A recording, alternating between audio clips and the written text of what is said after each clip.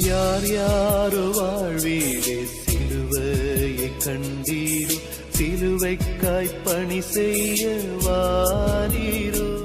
கிறிஸ்துவுக்குள் பிரியமானவர்களையும் மரணத்தை ஜெயித்து உயிரோடு எழுந்த ஆண்டவர் இயேசு கிறிஸ்துவின் நாமத்தினாலே என்ஜிபிஎம் எஸ்எம்பிஎம் மிஷனரி இயக்கமாக எழுந்து கட்டுவோம் வாருங்கள் நிகழ்வுக்கு உங்களை வாழ்த்தி அன்போடு கூட வரவேற்கிறோம்.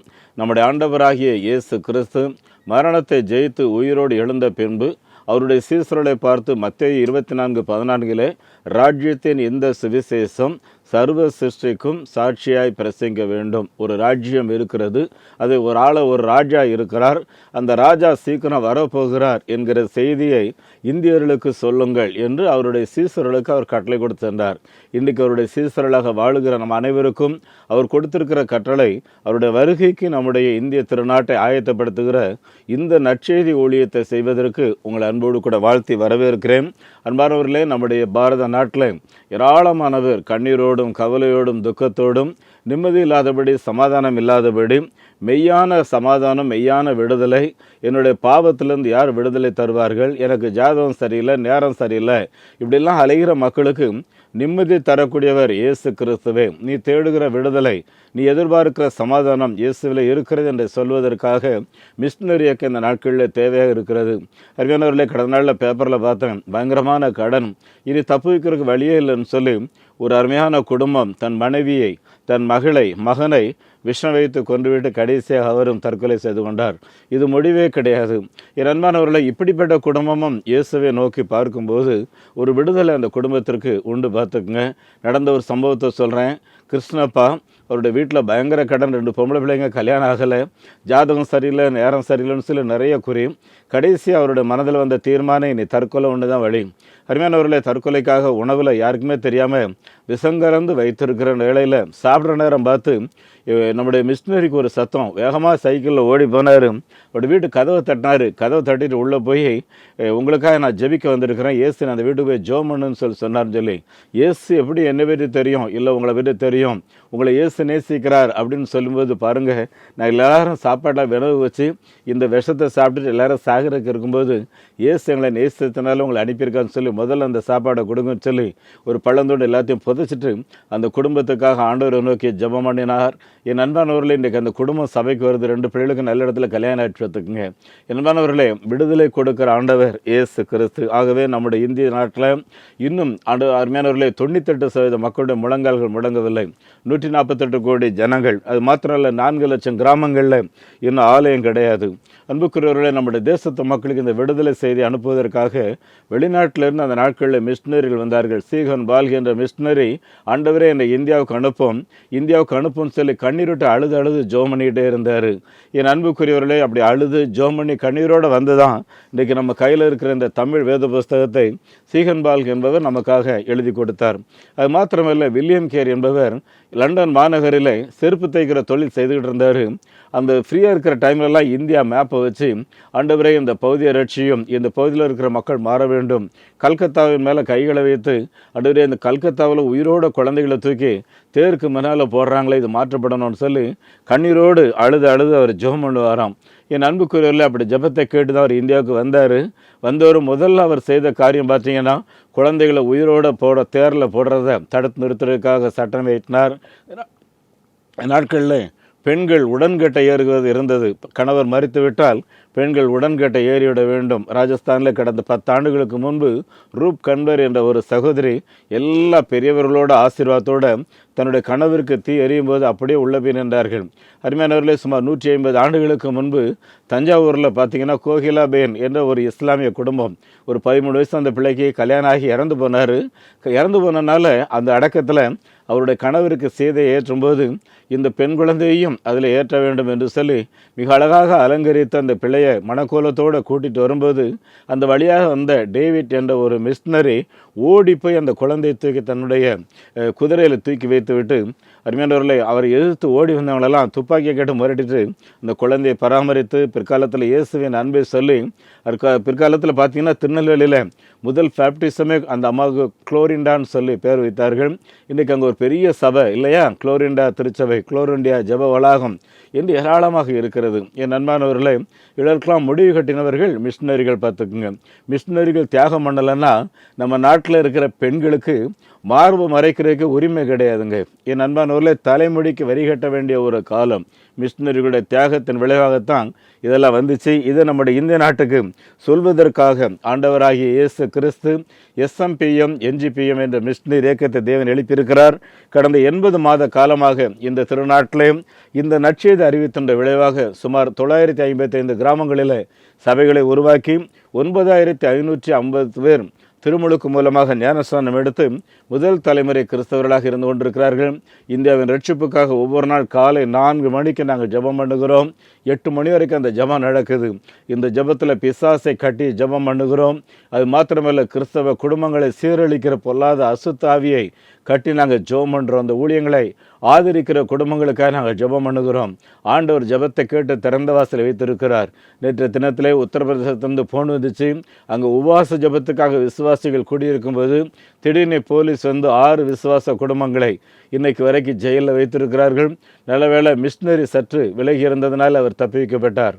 ஆகவே ஜெபித்துக் கொள்ளுங்கள். இப்படி பயங்கரமான எதிர்ப்பு நிறைந்த இந்த நாட்டில் ஒருவர் கூட நரகம் போய்விடக்கூடாது, எல்லாரும் ரட்சிக்கப்பட வேண்டும் என்று கண்ணீரோடு ஜெபம் பண்ணி கொண்டிருக்கிறோம். அருமையானவர்களே, இந்த ஜூலை மாதத்தில் மாத்திரம் அவனுடைய கிருபையினால் 15 புதிய கிராமங்களிலே சபைகளை உருவாக்குவதற்கும் சுமார் 8 ஆலயங்களை பிரதிஷ்டை செய்வதற்கும் 212 பேருக்கு திருமணம் கொடுக்கிறதற்கும் 76 ஆலயம் இதுவரையிலும் பிரதிஷ்டை செய்வதற்கும் ஆண்டவர் செய்திருக்கிறார். இந்த SMPM NGPM இயக்கம் எந்த ஒரு சபைக்கு சொந்தமானதல்ல, மாறாக எல்லா கிறிஸ்தவ சபைகளோடு சேர்ந்து, எல்லா பேராயர்களோடு சேர்ந்து, எல்லா கிறிஸ்தவ குடும்பங்களோடு சேர்ந்து இந்தியா ரட்சிக்கப்பட வேண்டும் வாருங்கள் என்று ஒவ்வொருவருக்கும் அழைப்பு கொடுக்கிறோம். மக்கள் கூட்டங்களை தெரிந்தெடுத்து பீப்புள் குரூப் மூவ்மெண்ட் என்று சொல்லி அந்த முழு இனங்களையும் ஜாதிகளையும் இயேசுவுக்குள்ளாய் கொண்டு வருவதற்கு சிறப்பு திட்டங்களை அறிமுகப்படுத்தியிருக்கிறோம். அதே போல் விசுவாசிகள் ஒவ்வொருவரையும் சீசர்களாக உருவாக்க வேண்டும் என்று டிசைபிள் மேக்கிங் மூவ்மெண்ட் என்று சொல்லி அறிமுகப்படுத்தி செயல்படுத்தி கொண்டிருக்கிறோம். 2030க்குள்ளாக 100 மிஷன் சென்டர் மூலமாக அருமையானவர்கள் ஒரு சென்டர் மூலம் 100 ஊழியர்களை எழுப்ப வேண்டும். இதன் மூலம் இந்தியாவில் ஆண்டவருக்கு சித்தமானால் 2030 வரும்போது SMPM இயக்கத்தில் குறைந்தபட்சம் 2000 ஊழியர்கள் வேலை செய்வார்கள். 1000 கிராமங்களில் சபைகளை உருவாக்கி ஆண்டவர் சித்தமானால் அருமையானவர்களே 1000 கிராமங்களில் ஆலயங்கள் கட்ட வேண்டும், 10,000 கிராமங்களில் ஒர்ஷிப் குழு இருக்க வேண்டும் என்று சொல்லி ஜெபம் பண்ணிட்டு இருக்கிறோம். கடந்த மாதத்தில் மும்பை பேராயர் ஜெபமணி அவர்கள் எங்களுடைய குஜராத் பணித்தளத்து வந்து ஆலயத்தை பிரதிஷ்டை பண்ணினார்கள். அதோடு கூட கரஞ்பாடா என்கிற கிராமத்தில் ஆலயத்துக்கு அஸ்திவாரம் போட்டு அந்த ஆலயத்தை கட்டுவதற்கு எங்களுடைய பேராயமாக நாங்கள் முயற்சி எடுக்கிறோம் என்று சொன்னார்கள். அதற்கான வரை ஸ்தோத்திரிக்கிறேன்.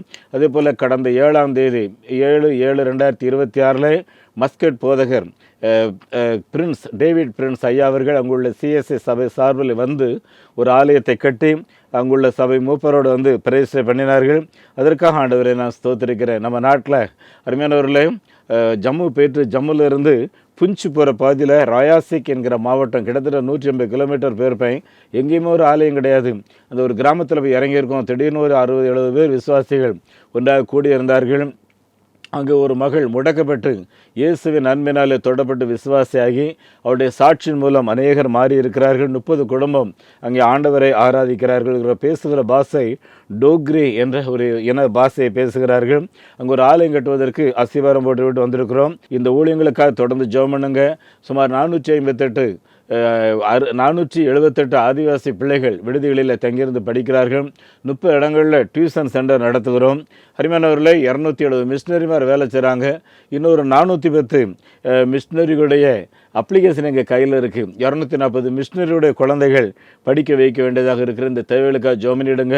அருமையானவர்களே, ஒரு மிஷினரி ஸ்பான்சர்ஷிப் 3000 ரூபா வாங்குகிறோம். ஒரு ஆதிவாசி மிஷினரியுடைய குழந்தையை படிக்க வைக்கிறதற்கு 1000 ரூபாய் வாங்குகிறோம். ஆதிவாசி குழந்தைகளை படிக்க வைக்கிறதுக்கு 600 ரூபா வாங்குகிறோம். அது மாத்திரமல்ல, ஆலயம் கட்டுவதற்கு நல்ல பக்க ஆலயம் கட்டுவதற்கு 8 லட்சம் ரூபாய், 7 லட்சம் ரூபாய், 6 லட்சம் ரூபாய் என்று சொல்லி வாங்குகிறோம். 3 லட்சம் ரூபாய் கச்சா ஆலயங்கள் கட்டுகிறோம். ஆண்டவர் உங்களை நடத்துகிறபடி ஆலயம் கட்டுகிற பணிகளில் ஈடுபாடு வையுங்கள். அது மாத்திரமல்ல, ஆண்டவருடைய மகிமைக்காக ஆத்ம சவால் என்ற ஒரு பத்திரிகை, சோல் சேலஞ்ச் என்று சொல்லி வெளியிடுகிறோம். இது ஒரு இலவச பத்திரிகை. இந்த பத்திரிகைக்காக உங்களோட முகவரிகளை அனுப்பி வையுங்கள். இந்த பத்திரிகை உங்கள் வீட்டுக்கு ஒரு ஆசீர்வாதமாக இருக்கும். இயேசுவை சந்திக்கும் போது ஒரு கூட்டம் மக்களோடு கூட நான் சந்திக்க முடியும். அதோடு கூட ஆலயம் கட்டுவதற்கு என்று சொல்லி ஒரு காணிக்கை பெட்டி வைத்திருக்கிறோம். கர்த்தர் உங்களை நடத்துவார் என்றால் ஒரு காணிக்கை பெட்டியை வாங்கி வைத்து, அருமையானவர்களே, இதை நிறைந்த பின்பு நீங்கள் அழைத்தீர்கள் என்று சொன்னால் வந்து எடுத்து செல்வோம். நீங்கள் கொடுக்கிற சிறப்பு நன்கொடைக்கு 80G எக்ஸன் அருமையானவர்களே வரி விலக்கு இருக்கிறது. என்னோட சித்தமானால் பயன்படுத்திக் கொள்ளுங்கள். உங்களுடைய வங்கி எண்ணை குறித்து வைத்துக் கொள்ளுங்கள். நெகேமியா new generation partaker movement NGPM, State Bank of India, account number 42 17 80 20 691, IFSC code SPIN 0061767. அதோடு கூட salvation mission partaker movement, Canara bank, Chennai Selaiyur branch, account number 12 00 34 54 94 90, IFSC code CNRP 0005652. இவருடைய தொலைபேசி எண் 90 43 86 755 9444737 750. கிறிஸ்துவுக்குள் பிரியமானவர்களே, நம்முடைய திருச்சபை ஒழுங்கின்படி திருமணம் எல்லாராலும் கனம் பண்ணப்பட வேண்டிய ஒன்று. அதை குறித்து உங்களோடு கூட நான் ஆண்டோடைய வார்த்தையை பகிர்ந்து கொள்ள இருக்கிறேன். அருமையானவர்களே, திருமணம் என்பது தேவனால் ஒரு மனிதனுக்கு ஏற்படுத்தக்கூடிய ஒரு சமூக ஏற்பாடு. ஆகவே தான் நம்முடைய ஆண்டவராகிய இயேசு கிறிஸ்து தன்னுடைய ஊழியத்தை ஆரம்பித்து முதலாவது அற்புதத்தை யோவான் 2வது அதிகாரத்தில் ஒரு ஒரு கல்யாண வீட்டிலே செய்து அந்த உன்னத நோக்கத்தை நிறைவேற்றினார். படைப்பு எல்லாமே மிக சிறந்தது என்று சொல்லி இறைவன் பாராட்டினார். ஆனால் படைப்பின் மகுடமாக மனிதனை உருவாக்கி இந்த மனிதன் தனிமையாக இருக்கிறது நல்லது அல்ல என்று ஒரு மனிதனை போல ஒரு சுபாவம் உள்ள ஒரு பெண்மணியை உருவாக்கி அவன் கையில் கொண்டு வந்து கொடுத்தார். அவன் உடனே என்ன சொல்கிறான், இவள் என்னுடைய மாம்சத்திலிருந்து, அதாவது என்னுடைய சரீரத்திலிருந்து உருவானவள், ஆகவே இவள் மனுஷி என்று எண்ணப்படுவாள் என்று சொன்னார். என் அன்பானவர்களே, பைபிளில் 2 ஜாதி தான். ஒன்று ஆண் ஜாதி, இன்னொன்று பெண் ஜாதி. பார்த்துக்குங்க, இந்த ஆண் ஜாதிக்கும் பெண் ஜாதிக்கும் ஏதாகிலும் வித்தியாசம் உண்டான்னு கேட்டிங்கன்னா ஒரு வித்தியாசம் கிடையாது. 2 பேருமே ஈக்குவல் டு ஒன் அனதர். 2 பேருமே சமமாக தேவனாலே மதிக்கப்பட்டவர்கள் என் அன்பானவர்களே. ஆகவே தான் குடும்பத்தில் கணவன் மனைவியை 2 பேரும் சமமாக மதிக்க வேண்டும். அது மாத்திரமல்ல அன்புக்குரியவர்களே, திருமண வாழ்வு இல்லை என்றால் இல்லற வாழ்வு என்று சொல்வது தெவிட்டாத சலிப்பில்லாத ஒரு இல்லறமாக இருக்க வேண்டும். எனக்கு கல்யாணம் ஆகி 36 வருஷம் ஆச்சு. 36 வருஷம் முடிஞ்சிருச்சு. அருமையானவர்களே, இன்னைக்கு வரைக்கும் என்னுடைய மனைவிக்காக நான் ஆண்டவரை தோத்தரித்து ஜெபம் பண்ணியிருக்கிறேனே தவிர வெறுப்புணர்ச்சியோட ஏன் இவ்வளோ கொண்டு வந்தீங்க அப்படின்னு சொல்லி ஒரு நாளும் கேட்ட ஆண்டோட ஜெபம் பண்ணதே கிடையாது. காரணம் என்னன்னு சொல்லி பார்த்தீங்கன்னா, கல்யாணம் ஆகிறதுக்கு முன்னால் என் கையிலிருந்து ஒரே ஒரு பிளாஸ்டிக் வாளி, ஒரு சின்ன கடாய், ஒரு சின்ன பாத்திரம் வச்சுருப்பேன் அரிசி சமைக்கிற. வேறு இன்னும் சேர்க்க மாட்டேன். ஏன்னா எப்போ வேணாலும் வீடு காலி பண்ணாலும் ஒரு சின்ன பேக்கில் துணிட்டு 2 கையில் வீடை காலி பண்ணிட்டு போயிடும். பார்த்துக்குங்க. எதுக்காக இதை சொல்கிறேன் அப்படின்னா, அன்புக்குரியவர்களே, இந்த கணவன் மனைவி என்கிற அந்த பந்தங்கள் வரும்போது தான் அருமையானவர்களே நம்மளுடைய வாழ்க்கையில் ஒரு அங்கீகரிப்புங்கிறதே வருது. அப்படின்னா இவங்க வந்தவர் தானே இதெல்லாம் நடக்குது அப்படின்னா, அன்புக்குரியவர்களே, மதிக்கப்பட வேண்டுமே இல்லையா, உயர்வாக எண்ண வேண்டும் இல்லவா. எல்லாருமே இல்லறத்திலே அந்த உயர்வான எண்ணத்தை கொண்டு வந்தோமே என்றால் மிக சிறந்த ஆசீர்வாதம். நாங்கள் ஜம்மு காஷ்மீரில் ஊழியம் செய்கிறோம். அங்கே ஒரு வீட்டில் பார்த்தீங்கன்னா பிறந்த அந்த பிள்ளை பேர் மாயா. அது பிறந்ததுலேருந்து வீட்டில் கொஞ்சம் கஷ்டம். அது என்ன கஷ்டம்னு வைங்களேன், கல்யாணம் பண்ணி கொடுத்தா அந்த வீட்லேயும் ஒரே போராட்டம். உடனே இவங்க என்ன பண்ணிட்டாங்க, இந்த பிள்ளையை கொன்றணும்னு சொல்லி பிளான் பண்ணி பட்னியாக போட்டு அப்படிப்பட்ட நேரத்தில் அந்த பிள்ளை குழந்தை உருவாகி விட்டார்கள். அருமையானவர்களே, குழந்தை உருவாகிருக்க தெரியாமல் கூட அடித்து அந்த வயிற்றில் உதைக்கும்போது தான் எதிர் வீட்டில் உள்ளவங்க, ஐயோ இந்த பிள்ளை இவ்வளோ கொடுமைப்படுத்துகிறாங்களே அப்படின்னு சொல்லி அந்த மகளை அன்பானவர்களே நம்முடைய ஊழியரை அறிவுப்படுத்தி ஜெபம் பண்ணி அவர்களுக்கு சுகமாக குழந்தை பிறந்துச்சு.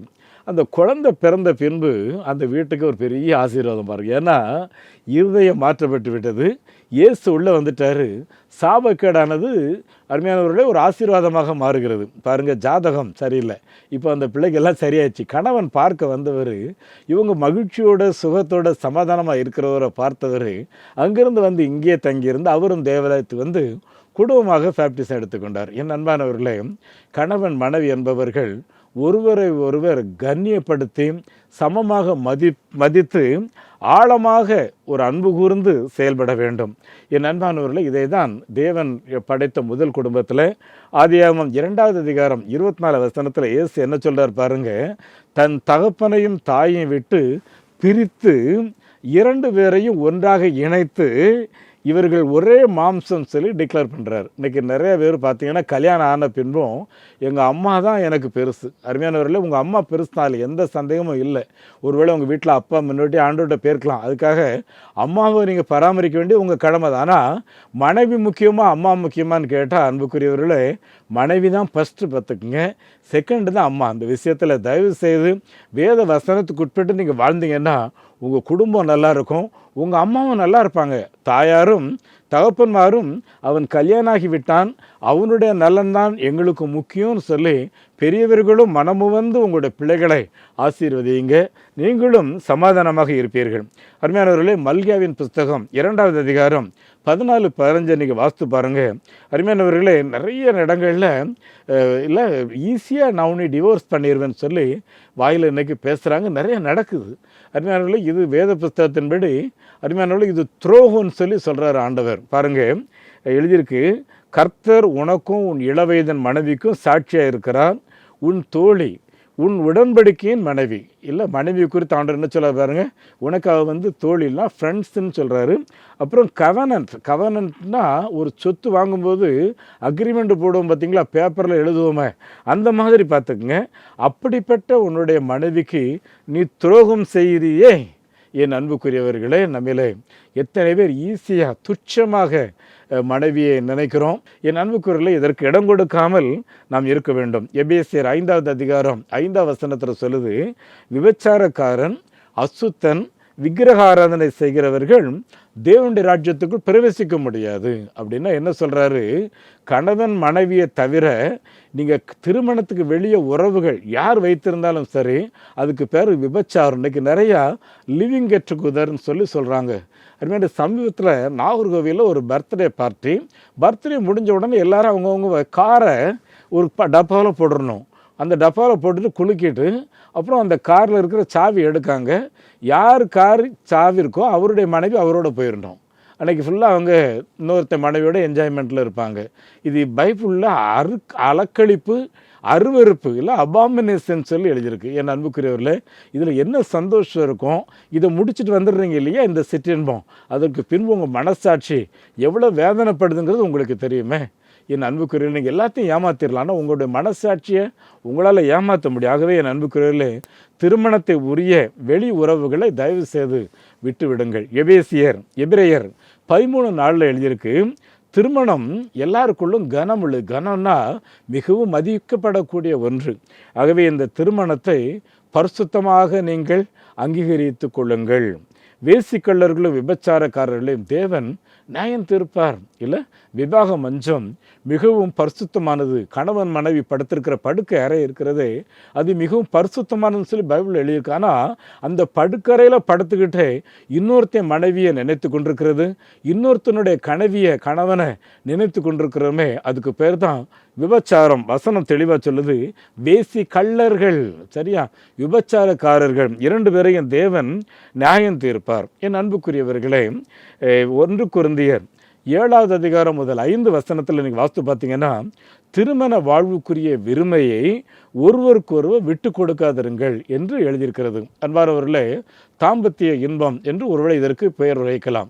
இந்த தாம்பத்திய இன்பம் என்று சொல்லக்கூடிய இதில் இது ஒருதலை பட்சமாகவே இன்றைக்கு நிறைய குடும்பங்கள் நடந்து கொண்டிருக்கிறதுனால தான் இல்லற நிறைய இடங்களில் பிரிகிறது. பார்த்துக்குங்க என் அன்புக்குரியவர்களே, தாம்பத்திய இன்பம் என்பது கணவன் மனைவியாக மனம் திறந்து பேசி அன்புக்குரியவர்களே ஜெபம் பண்ணி ஒருவருக்கொருவர் அன்பு கூறுகிற ஒரு இடம். பார்த்துங்க, இந்த இடத்துல நிறைய நேரங்களில் வன்முறைகள் நடைபெறுகிறது. என் அன்புக்குரிய அவனுடைய பிள்ளைகளே, இதை தேவன் அருவருக்கிறார். பார்த்துங்க, வன்முறை கையாளுகிற இடம் அது அல்ல, அது பரிசுத்தமான இடம். பார்த்துக்குங்க, ஒருவருக்கொருவர் அன்பு கூர்ந்து அன்பானவர்களே இன்பப்பட வேண்டிய இடம் தாம்பத்திய இன்பம் என்று சொல்வார்கள். ஆகவே எபேசியர் 5:21 பாருங்கள் என்ன எழுதியிருக்கு, தெய்வ பயத்தோடு கணவன் மனைவி 2 பேரும் ஒருவருக்கொருவர் கீழ்ப்படிந்திருங்கள். சரியாங்க, நீ கணவன் நீ மட்டும்தானே மனைவிக்கு கீழ்ப்படிஞ்சிருக்கணும், இல்லை நான் மனைவி பார்த்து உன் புருஷனுக்கு கீழ்ப்படிந்திரு அப்படின்னு சொல்லாலும் இங்கே என்ன எழுதியிருக்கு, 2 பேரும் ஒருவருக்கொருவர்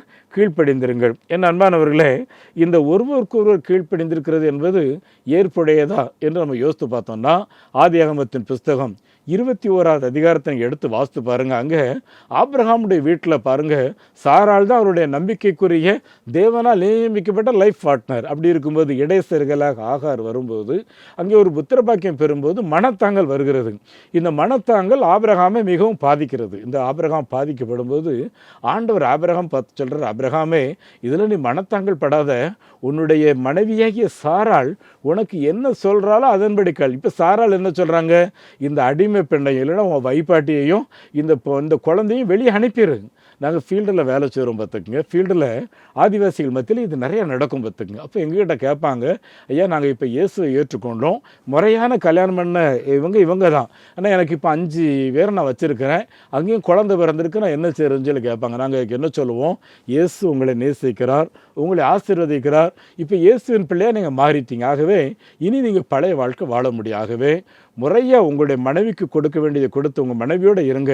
ஆனால் உங்களுக்கு கூட சேர்ந்து வாழ்ந்து சில குழந்தைகளை பெற்றிருக்கிறார்களா, அவர்களுக்கு ஆபிரகாம் எப்படி கொடுத்து அனுப்பினாரோ தயவுசெய்து உங்களுக்கு ஒன்றும் இல்லாமல் அவங்களுக்கு கொடுத்து அனுப்பினாலும் பரவாயில்ல, அவர்களுக்கு கொடுக்க வேண்டியதை கொடுத்து அவர்களை அனுப்பிவிடுங்கள். இனி அவர்களோடு கூட இணைந்து வாழ்வதை இந்த வேதம் ஏற்றுக்கொள்ளாது என்று தெளிவாக சொல்லிக் கொடுக்கிறோம். என் அன்புக்குரியவர்களே, இதில் பலர் நல்ல தீர்மானங்களை எடுத்து ஆசீர்வாதமானவர்களாக வாழ்ந்து கொண்டிருக்கிறார். ஆகவே பாருங்கள், நம்ம வீட்டு மணவரை மாசுபடாதபடி காத்துக்கொள்ள வேண்டும். அருமையானவர்களே, ஜார்க்கண்ட் மாநிலத்தில் ஒரு கூட்ட மக்கள் ஆண்கள் பெண்கள் நடனமாடி கடைசியில் அவங்களுக்கு பிடிச்சவங்கள தூக்கிட்டு போயிடுவாங்க, காட்டுக்குள்ளே போய் ஜாலியாக இருப்பாங்க. இவங்களுக்குள்ள இல்லற வாழ்க்கையில் போராட்டம் வந்தால் பஞ்சாயத்து கூடி ஒரு பச்சை கலர் டவலை விரித்து ₹1.50 வைப்பாங்க, அதோட டைவர்ஸ் ஆகிரும். இயேசுவை ஏற்றுக்கொண்ட பின்பு அவங்களுக்கு என்ன சொல்லி கொடுத்தோம், நீங்கள் நடனம் ஆடுங்கள், ஆண்கள் தனியாக பெண்கள் தனியாக நடனம் ஆடுங்கள். அதே போல் நீங்கள் இப்படி உங்களுக்கு பிடித்தவர்களை தூக்கிட்டு வர்றதை விட்டுட்டு அவனவன் மனைவியோட உங்கள் வீட்டுக்கு போங்கன்னு சொல்லி அருமையான பின்பு பஞ்சாயத்தை அதை கூடி தீர்மானம் எடுத்து அதை செய்தார்கள். இதில் விளைவு என்னன்னு சொல்லி பார்த்தீங்கன்னா, குடும்ப வாழ்க்கையில் போராட்டம் வந்துட்டுனா முதல்ல ₹1,000 கொடுத்து ஒரு பஞ்சாயத்து பேசி முடிச்சிருவாங்களே, இப்போ என்ன செய்கிறாங்க, தேவன் இணைத்ததை மனிதன் பிரிக்காதிருக்க கடவன். ஐயா, இப்போ இயேசுவை ஏற்றுக்கொண்ட ஆதிவாசிகள் இவ்வளவு நல்ல தீர்மானத்தோடு இல்லறத்தை கட்டி காக்குறாங்கன்னா நம்முடைய சகிப்புத்தன்மை என்னங்கிறது சற்று யோசித்து பாருங்களேன். கிட்டத்தட்ட 35 வருஷம் வியாபாரிகளோடு சேர்ந்து ஆண்டோட ஊழியத்தை செய்திருக்கிறேன். நான் வியாபாரிகளுக்கு சொல்லுவேன், எந்த ஆலோசனைகளாக இருந்தாலும் உங்களுக்காக தன் வாழ்க்கையை தியாகம் செய்கிற உங்கள் மனைவியோட ஆலோசனை பண்ணுங்க. கடன் வாங்க போகிறீங்களா, வீடு வாங்க போகிறீங்களா, இல்லைனா கார் வாங்க போகிறீங்களா, இல்லைனா நகை நட்டு வாங்க போகிறீங்களா, நீங்கள் 2 பேரும் சேர்ந்து கொஞ்சம் யோசித்து ஜெபம் பண்ணி முடிவெடுங்க அப்படின்னு சொல்லியிருக்கிறேன். யார் யாரெல்லாம் அப்படி ஜெபம் பண்ணி கணவன் மனைவியாக தீர்மானம் பண்ணாங்களோ அவங்கெல்லாம் சீமான்களாக இருக்காங்க. இந்த டிவியில் அதை சொல்கிறதுக்கு நேரம் இல்லை, சொல்லவும் கூடாது. அன்புக்குரியவர்களே, அப்படி நம்மளே பலர் அருமையானவர்களே, உங்களுடைய கணவன் மனைவியோட ஆலோசனை செய்யுங்கள். அது மிகவும் ஆசீர்வாதமாக இருக்கிற ஒரு காரியம். நண்பர் அவர்களே, கணவனை பார்த்து வேதம் சொல்லுது, எபேசியர் 5:25 பாருங்க, ஹஸ்பண்ட் லவ் யுவர் ஒய்ஃப். அதை சொல்லிட்டு என்ன சொல்கிறாரு, கிறிஸ்து சபையை நேசிக்கிறது போல் நேசிக்கணும். அப்படின்னா கிறிஸ்து சபை உயிரோடு இருக்கிறதுக்கு தன்னையே பலியாக கொடுத்தார்ல, அப்படின்னா நம்ம குடும்பத்துக்கு தியாகம் செய்ய வேண்டியது நம்முடைய கடமை. நம்ம பிள்ளைகளுக்காக மனைவிக்காக நம்ம தியாகம் பண்ண வேண்டியது ஒவ்வொரு கணவன் மேலே விழுந்த கடமை. இது தியாகம் இல்லை, கடமை. பார்த்துக்குங்க என் அன்பானவர்களே, நம்ம பிள்ளைகளுக்காக நம்ம குடும்பத்துக்காக என்னதான் தியாகம் பண்ணியிருக்கிறீங்கன்னு சொல்லி சற்று யோசித்து பாருங்கள். என் அன்பானவர்களே, இப்படி நம்ம வளர்ந்தோன்னு சொன்னால் நம்முடைய குடும்ப வாழ்வு என்பது மிகவும் புனிதமாக இருக்கும். அது மாத்திரமல்ல, குடும்பத்தில் ஒருவரை ஒருவர் சேவை செய்கிறதுலேயே நம்ம முந்திக்கொள்ள வேண்டும். பாருங்கள் அருமையானவர்களே, இப்படி கணவன் மனைவியாக ஒருவருக்கு ஒருவர் சேவை செய்வது, ஒருவரை ஒருவர் மன்னிப்பது என்பது மிகுந்த ஆசீர்வாதம். அது மாத்திரமல்ல, அந்நியர்களை உபசரிக்கிறது. நம்ம வீட்டுக்கு யாராவது உறவினர்கள் வர்றாங்கன்னு வைங்களேன், தயவுசெய்து கணவன் மனைவி 2 பேரும் சேர்ந்து அதை உபசரிக்கிறது ஒரு பெரிய ஒரு ஆசீர்வாதம். அருமையானவர்கள், இப்படி கணவன் மனைவியாக இப்படி தலை சிறந்து ஒருவருக்கொரு உபசரித்து வாழுகிறதை எபேசியர் 5வது அதிகாரத்தில் நிறைய ஆலோசனைகள் எழுதப்பட்டிருக்கிறதை வாசியுங்கள்.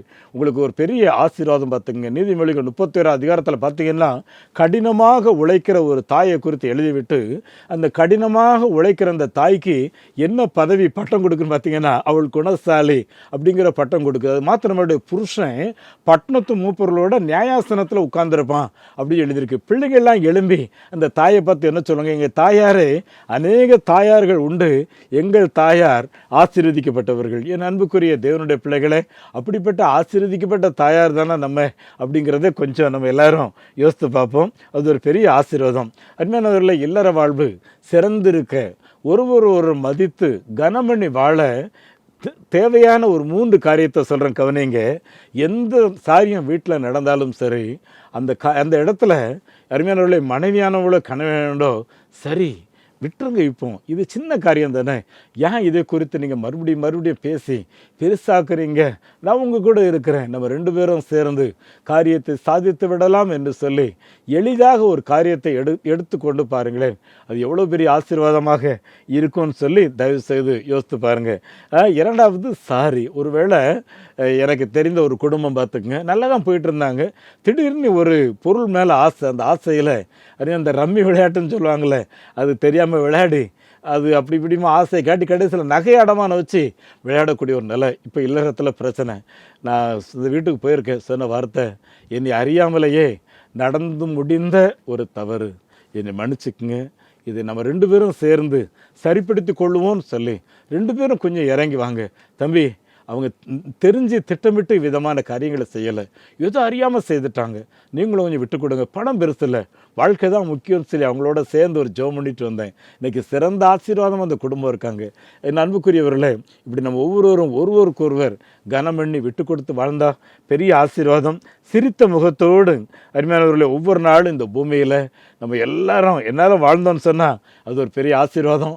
கொஞ்சம் கூட சந்தேகத்துக்கு இடம் கொடுக்கவே எடுக்காதிருங்கள், அது பெரிய பாக்கியம். இந்த ஒரு நடந்த சம்பவத்தை சொல்கிறேன். அந்த வீட்டில் அந்த அண்ணன் ஒரு பெரிய வியாபாரி, திடீர்னு சாயங்காலம் வீட்டுக்கு வர்றாரு. ஒரு வாலிபன் வீட்டிலேருந்து சிரிச்சிட்டு வெளியே போகிறான். இவருக்கு அதை பார்த்த உடனே கொலைவெறி ஆயிடுச்சு. என் மனைவி இன்னொருவனோட தொடர்பு வச்சிருக்கான்னு சொல்லி வீட்டுக்கு வந்தவர் காப்பி கூட குடிக்காமல் வெளியே போயிட்டாரு. ஒரு கொலை ஆயுதத்தை வாங்கி மறைச்சி வீட்டுக்கு கொண்டு வர்றாரு. காலையில் அவள் தூங்கிட்டு இருக்கும்போது வெட்டிடணுங்கிற எண்ணத்தோடு தான் எல்லாம் வச்சுருந்தவர் சற்று அயர்ந்து தூங்கிட்டார். திடீர்னு வீட்டில் பார்த்தா பாஸ்டர் வந்து நிற்கிறாரு, சில சபை மூப்பர்கள் வந்து நிற்கிறாங்க. அந்த அம்மா சொல்கிறாங்க, என் கணவர் முழிக்கிறதுக்கு முன்னாடி இன்னும் சில ஆயத்தங்களை பண்ணணும்னு சொல்லி வேகமாக கேக் கொண்டு வந்து வைக்காங்க. சுவையான சாப்பாடு ரெடியாகுது. ரெடி ஆகிட்டு அவங்க கணவரை தட்டி எழுப்புறாங்க. இன்றைக்கி உங்களுக்கு பர்த்டே, இதற்கான ஒழுங்குகளெல்லாம் செய்கிறது நேரத்துக்கு இந்த தம்பி வந்திருந்தாங்க, கொஞ்சம் போய் முகத்தை கழிச்சுவாங்க. பாஸ்டர் வந்து உட்காந்துருக்காங்க. ஐயா, மனைவி வெட்டுறதுக்கு ஆயுதத்தை வச்சுருந்தவர், என் மனைவி என் மேலே வைத்திருந்த அன்புனால எனக்கு என்ன காரியங்களை செய்திருக்கணும், பாத்ரூமில் போய் குலுங்கி கொஞ்சம் அவசரப்பட்டு பதறி இருந்தேன்னா என் மனைவி இழந்திருப்பேன்னு சொல்லி அவர் முகத்தை கழுவிட்டு வீட்டில் வந்து அவங்களோட பர்த்டே பாட்டு பாடி அந்த கேக் வெட்டி அந்த பாஸ்டர் கணவன் மனைவியை முழங்கால் படியிட வைத்து ஆசீர்வித்து ஜோமனெல்லாம் பார்த்து எவ்வளோ மகிமையான வாழ்க்கையை இழக்காமல் என்னை காத்த என் தேவனே உமக்கு ஸ்தோத்திரம் அப்படின்னாராம். சரிதானா? ஒரே ஒரு வாழ்க்கை தான் நமக்கு தேவன் தந்த. இந்த ஒரே ஒரு வாழ்க்கையில் தேவன் தந்த மனைவியோட, தேவன் தந்த பிள்ளைகளோட சந்தோஷமாக இருந்து ஒருவர் கணவனை மதிக்கணும், பிள்ளைகளை மதிக்கணும், மனைவியும் கணவனை மதிக்கணும், பிள்ளைகளை மதிக்கணும். ஒருவருக்கொருவர் கனமண்ணி நம்முடைய வீட்டை கட்டி எழுப்புங்க. கோபுரமாக நீங்கள் வாழ உங்களை கர்த்தர் பலப்படுத்துவார். உங்களுக்காக நான் ஜெபிக்கிறேன். எங்கள் பரலோக தந்தையே, இந்த பூமியிலே தந்த இந்த வாழ்க்கையில் ஒருவரை அனுதினமும் கனப்படுத்தி, ஒருவரை அனுதினமும் ஊக்கப்படுத்தி, ஒருவருக்கொருவர் உண்மையாக இருக்க, எவ்விதத்திலையும் சந்தேகத்துக்கு இடம் கொடுக்காதபடி மனப்பூர்வமாக ஒருவரை நம்பி வாழ இயேசுவே எங்களுக்கு உதவி செய்யும். இன்றைக்கு கேட்ட வார்த்தைகள் உம்முடைய பிள்ளைகள் எல்லாருடைய இதயத்தில் ஆழமாய் வேர்விடட்டும். அது 30, 60, 100 பலன் கொடுக்கட்டும். ஆண்டவரே, குடும்பத்தை சிதைக்கிற பிசாசை இயேசுவின் நாமத்தில் கடிந்து கொள்ளுகிறேன். குடும்பத்துக்குள்ளாக வியாதிகளை போட்டு மன உளைச்சல்களை போடுகிற அந்த பிசாசை இயேசுவின் நாமத்தில் கடிந்து கொள்ளுகிறேன். குழந்தைகள் படிக்க விடாதபடி குழந்தைகளுக்காக இடரல் போடுகிற பொல்லாத ஆவியை இயேசுவின் நாமத்தில் கடிந்து கொள்ளுகிறேன். சுவாமி கர்த்தாவே, எங்களுடைய குடும்பங்களை பிதா, குமாரன், பரிசுத்தாவியாகிய திரியேக தேவனின் நாமத்தினாலே ஆபிரகாம், ஈசாக்கு, யாக்கோபின் தேவனாகிய எங்கள் முற்பிதாக்களின் நாமத்தினாலே ஆசீர்வதிக்கிறேன். சமாதானம் பெருகட்டும். இயேசுவின் நாமத்தில் ஜெபங்களும் பிதாவே, ஆமேன். நம்முடைய ஆண்டவர் இயேசு கிறிஸ்துவினுடைய கிருபையும் பிதாவாகிய தேவனின் அன்பும் பரிசுத்த ஆவியானவரின் நடத்தில் பிரசன்னம் ஆசீர்வாதம் நம் அனைவரோடும் தங்கியிருப்பதாக. ஆமேன். இந்த மாபெரும் நற்செய்தி பணியில் ஒரு ஆதிவாசி குழந்தைய நீங்கள் 600 ரூபாய் கொடுத்து படிக்க வைக்கலாமே, உங்களால் ஏன்ற தொகையை கொடுத்து ஒரு ஆலயங்கள் கட்டுவதற்கு தீர்மானம் எடுக்கலாமே, உங்களுடைய பங்குகள் என்ன?